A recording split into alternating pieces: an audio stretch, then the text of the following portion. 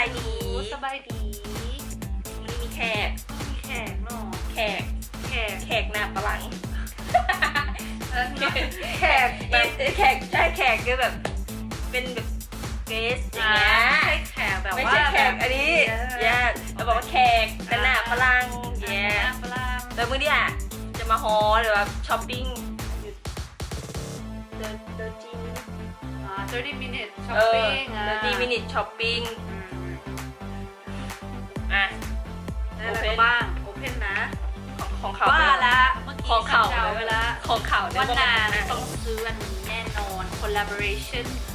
ของแมกกะอาลาดินเอาแล้วอย่างนี้มันเป็นอาราน้ำได้ไหม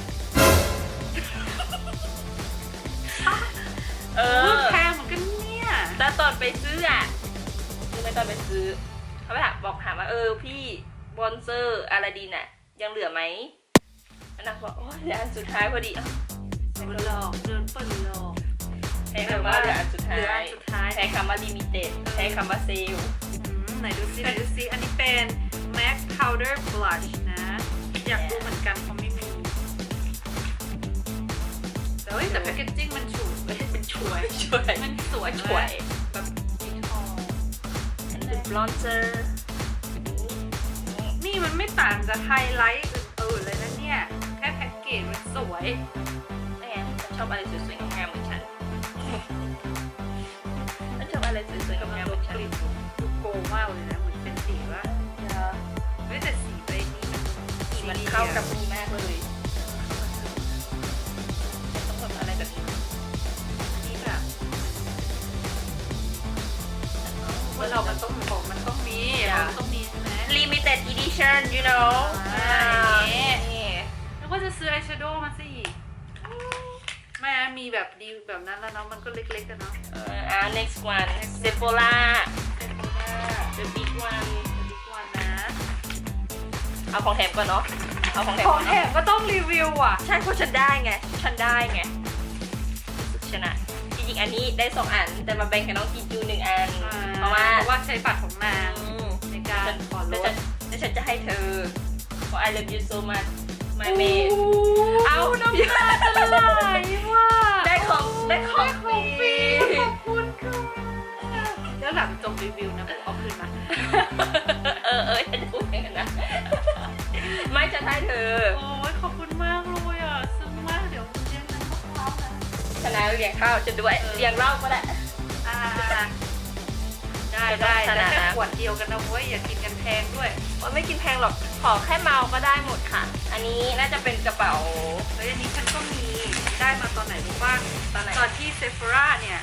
มันมีเหมือนเซลล์ 15% ประจำปีใช่ไหมแล้วฉันก็ซื้อหมดไป11,000เหมือนกันแล้วบวกไปบวกมาแบบอะไรก็ไม่รู้ อันนี้ก็จะเป็นกระเป๋าแบบไปยิมเนาะก็ฉันถือขึ้นเครื่องก็ได้นะใช้ของอะไรดี มันpractical มากเลยนะสีขาวไปจิมยังได้เลยเนี่ยมันเขียนว่าอะไรจิมพิซซ่าเซฟ h รารีพีทโอ้โห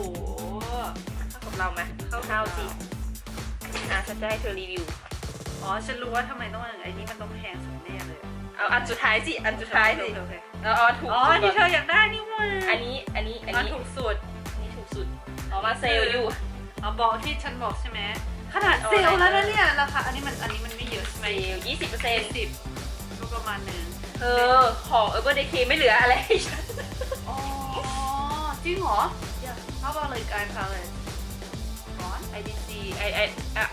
มันก็ยังมีอยู่แต่ว่า Eye Palette Urban ฉันมีเยอะแล้ว อ๋อแล้วอย่างอื่นก็แบบ finish lipstick shade กับ finish อะไรอย่างงี้ใช่ไหม แล้วก็ไปดูก็เนี่ยน่าจะได้ใช้เยอะสุด pollution protection นี่ถ้าเราฉีดกันวันนี้ เราอาจจะหน้าไม่เป็นผื่นขนาดนี้ก็ได้ เมื่อวานไม่ได้ไปจ็อบเนี่ย เมื่อวานไม่ได้ไปช็อปในสุโขทัยไม่มีเซฟ h ราอย่างกับมีไปแล้วแบบได้ไปซื้อ ทำอย่างกับไปแล้วได้ไปซื้อ exactly and then Fenty Beauty what is จะถูกที่ this สุดละนี่ อ๋อ professor แต่ว่าเป็น travel size ใช่ไหม ถ้าฉันอยากลองก่อนเพราะฉันยังไม่เคยใช้ชิ้น ก็เนื้อก็ดีอยู่นะ เคยใช้ข้างหลังปะ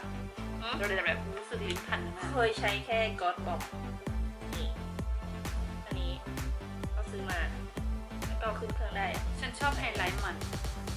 สี มีเลยฮันนี่อะไรนะฮัสโซเบบี้แต่ซื้อแพ็คอันนี้มานะ อันเล็กเหรอ ไอ้นี่ไซส์เพราะว่ามันอยู่นานมากเราก็ประหยัดด้วยนะคะบางทีไม่ต้องซื้อไซส์จริงกันหมดอะเพราะเราใช้กันไม่หมดอยู่แล้ว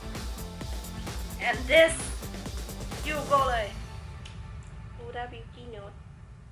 ที่จริงก็มีแล้วฮูด้าน่ะ น่ะ ก็ซื้อมาอีกแล้วก็ไม่แต่อันนี้จะพิเศษนิดนึง เดี๋ยวจะแบบ อันนี้จะพิเศษนิดนึงอันเนี้ยซื้อย้อนมาตรงนี้มันมีซิเป็นแบบคล้ายๆคอนซีลเลอร์เป็นไอเบสที่เป็นเนื้อครีม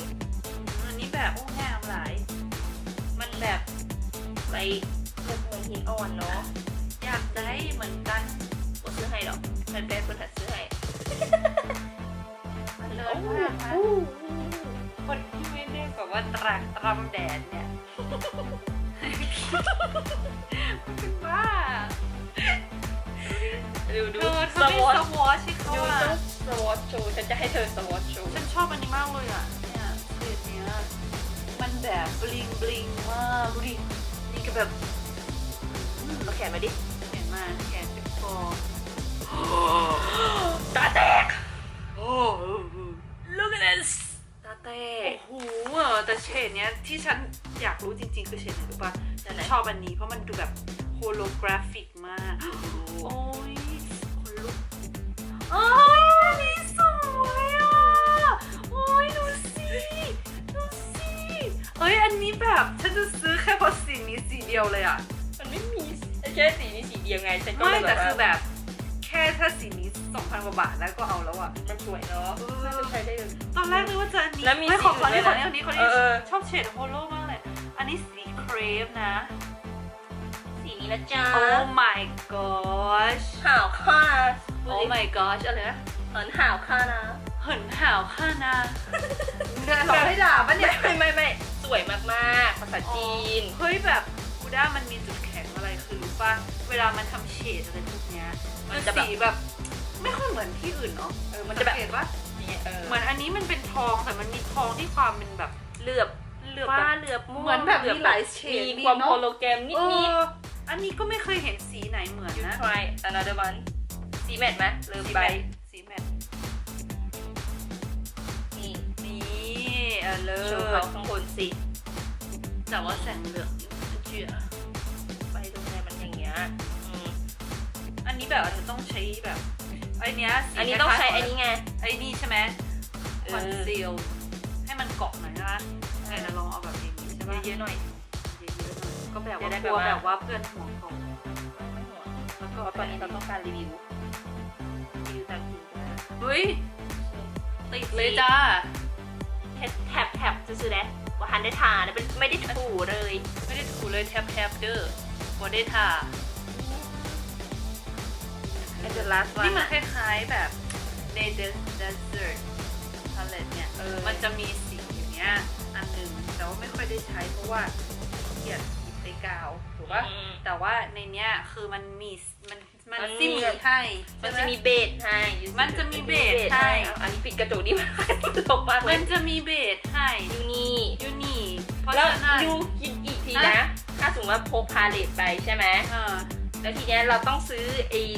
ที่เป็นเมคอัพเบสอะ เออ แยก ก็เกะกะ ก็แพงไง แล้วก็เกะกะด้วยเผื่อหาไม่เจอ ถ้าเราอยากจะ อีซี่ ถ้าเราไป ประห เด ยัด ท ด้วย เนาะ ไอติงlike this ยูติงนะยูติงประหยัดนะ เพราะมันก็ประหยัดนะ ถ้าแบบไม่อยากซื้ออันนั้นอีกอะอันเนี้ย โอเคมันมีมาด้วยกันเนี่ย นี่อยากให้นางทำแบบพาเลตสีทองแบบร้อนอ่ะ แต่ตอนนี้งงเลยว่าเลยยังอันสุดท้าย ยัง อันเนี้ย อ๋อนะคะ Girl Glam Paris นะคะต้องอ่านแบบ red อันนี้ไม่ใช่อันนี้อังกฤษ Radiance Concentrate with Pure Gold อ๋ออันที่หล่อนใช้ อันนั้นนะเป็นโอร์ มันเป็น or นะคะ ออ or ร์ ไม่ได้นะ or อุ้ยไฮโซนะไฮโซว่า คือแบบว่าเคยไปลองซิปโปล่าญี่ปุ่นแล้ว แต่ว่าตอนนั้นเนี่ยไม่มีตังค์ไง ตอนนี้มีตังค์ ตอนนี้มีตังค์ละ แล้วเดี๋ยวนางก็จะได้ตังค์อีกจากวันนี้ เพราะฉะนั้นนางเลยช็อปไว้ก่อน คือไม่รู้คุณได้เท่าไหร่ ไม่รู้เท่าไหร่แต่ชอบ แต่เอาก่อน ใช่ไหมแต่เพราะว่า คือถ้าสมมติว่าเสร็จแล้วเสร็จจากงานที่เราทำอยู่แล้วใช่ไหม I think something แบบ I wanna go out go night out or something อยากไปแบบว่ากินเหล้าแล้วก็ตื่นต่วย แล้ แล้ว ว ก็ ก็ กินไวน์แบบอะไร เอากินเหล้ามันแบบไปนั่งจิบไฟ ไปนั่งชิล ไปนั่ง ค่ะ ชิล แต่ว่ากินเหล้ากระหายมากเด้อหอมอ่ะ อันนี้ยูมันจะเป็นแบบเอเซนต์แล้วก็เป็นเบส มันก็ เพ เป็น ราะมันอีซี่อ่ะที่แบบว่าไม่ต้องแบบลงเบสอะไรเยอะแล้วมันก็เป็นแบบบำรุงในตัวด้วย เธอมันทองใช่ไหมเนี่ยมีแต่ทองชอบ อันนี้มันดีมากเล ต ย บให้เขาดูหน่อย เธอใช้เลยฉันจะให้เธอลองกับเขตเธอเนี่ยแหละ ก็เธอตบให้ฉันสิฮะเย็น How do you feel feel very cool แล้วก็แบบมันเหมือนแบบซึมไปเลยอ่ะ แล้วจินจูถามพี่ซื้ออะไรอ่ะอันนี้ทำไมดูแพงจังบอกนางไข่มาลองเดี๋ยวนี้เธอต้องลองจะดีเหรอลองแล้วนางก็แบบไข่นะหนูลองนะลองแล้วนางก็แบบแล้วก็แบบ โอ้ จะ my เก็บ god ตังค์ซื้อแล้วนางบอกว่าหนูจะเก็บตังค์ซื้อแต่วันนี้ซื้อของอยู่แล้วนางไม่ซื้อไงวันนี้หนูซื้อของอยู่แล้ว เยอะไหม นางซื้อของอย่างบอกว่านางซื้อ เย อ อะ ยู่แล้ว โอเคน่ารักเนาะนางซื้อเยอะแล้วบอกว่าซื้อสองอย่างของเราซื้อเยอะนี่คือเริ่มมอบประมาณ10,000 แต่นางก็ยังมีถุง แต่นางก็ YSL ยังเด็กอะเนาะนางอายุ นางอาจจะไปซื้ออย่างอื่นมาเพิ่มอันสองอันแต่ที่เห็นไปช็อปเซฟโบราด้วยกัน แต่ว่านางซื้อลิปสติกแน่นางมันใส่ลิปสติกแต่ว่าเนาะตอนเราเด็กเราก็ไม่ซื้อของแพงขนาดนี้นะยิ่งโตยิ่งแพง ทำไมยิ่งโตเรายิ่งต้องใช้ของแพงวะ ไม่เข้าใจเพราะอะไรอะ อะไรอ่ะไม่รู้ไม่ ดู รู้ มันเนี่ยไม่ได้ตากแต่ว่าอย่างนี้อันนี้เขาเรียกว่าตักรำ อย่าลืมเสียนางเด้อ ตัวแทนเราเด้อนี่ก่อน อันนี้ตัวแทนลาวอันนี้ตัว นี่ แท กะ นไท ทั ย ศนะไม่รวมเริ่มพูดถูกปะเนี่ยนี่กะแต่ว่า แต่ก็ได้ ใช่ไหมนี่กะชนะพวกเรา ชนะอะไร นี่กะโอ๊ยไปตัดเอาเองแล้วกันนี่ก็แบบว่าปักเชียร์เดอร์แล้วก็แบบว่าเชียร์ลาวด้วยโดย โดย โอ้ย โดยก็ได้ด้วยก็ได้ ฉันแบบว่าแบบยุเยอะไงก็แบบว่าประเทศเพื่อนบ้านรักเก่าไม่เมดอันนี้อย่าลืมเชียร์ไม่เมด อย่าลืมเชิญไม่นี่ ไม่เมดทู กินอะไรมาวะ ไม่ได้คิดว่าจะอยู่ที่รถมันตลกแกให้เล่าไหมให้เล่าเรื่องในรถไหมเรื่องในรถคืออาจจะว่าเป็นภาษาไทยเดี๋ยวเพื่อให้นางเก็ตแบบว่ายายอานน่ะนางก็แบบคุยกันเรื่องโรงแรมเนี่ยบอกว่าเนี่ยวันนี้เหนื่อยมากเลยแล้วทำไมเราถึงต้องแบบตื่นแต่เช้าทุกวันวะพี่รู้ไหมว่าโรงแรมที่เราอยู่เนี่ยมีแบบสระว่ายน้ำมีสปา มีนู่นนี่นั่นมีฟิตเนสแต่กูไม่ได้ใช้อะไรสักอย่างเลยนางบอกว่ากูมาแล้วกูต้องรีบเช็คอินเก็บของทำนู่นนี่นั่นเสร็จแล้วก็แบบวันต่อมาก็ต้องตื่นเช้าทำนู่นนี่นั่นเสร็จกลับมาก็ต้องตื่นเช้าอีกแล้วก็เช็คเอาท์แล้วนางบอกว่าเพิ่งเจอผู้ชายคนนึงหล่อมากนางจะ say hi and then นางก็เช็คเอาท์ออกไปแล้วก็แบบ conversation ไม่มีนางบอกว่า oh so sad ก็คือแล้วก็บ่นกับทีมงานว่าถ้าเรามาโรงแรมแพงแล้วเราไม่ได้ใช้อะไรอ่ะทำไมไม่เป็นนอนที่ถูกๆแล้วเอาตังค์ที่จ่ายค่าโรงแรมมาให้เรา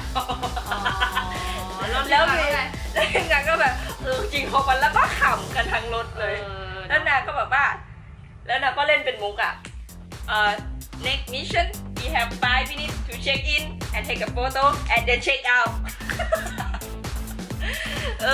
แล้วก็พูดเรื่องเนี้ยวนไปวนมาในรถแล้วก็ขำกันอ่ะ and then we have time to go to Sukhothai but we have 8 hours to do everything อย่างเงี้ยแล้วนางก็บอกว่าแบบ in Sukhothai have the swimming pool but I didn't do it anymore เท้าก็ไม่ได้จุ่มแค่ไปยืนดมคลอรีน แต่ว่ามันก็เลยแบบตลกแล้วแบบอินเนอร์ที่หนังแล้วมันตลกมากแล้วคนขำกันทั้งรถขำตั้งแต่ออกมาจากสนามบินจนถึงโรงแรมอะแล้วตอนที่ยูโทรมาฉันก็ยังขำมันอยู่อะ ยาวน้องขำแห้งนะสิบบะหมี่แห้ง มีแหงก็หัว แห้ง ความแบบว่าขำนางเยอะอะไอ้จะดูฉันรุดไปหมดแล้ว แต่ขำตอนนั้นคือเริ่มรู้ น้ำตาไหลไง อ๋อ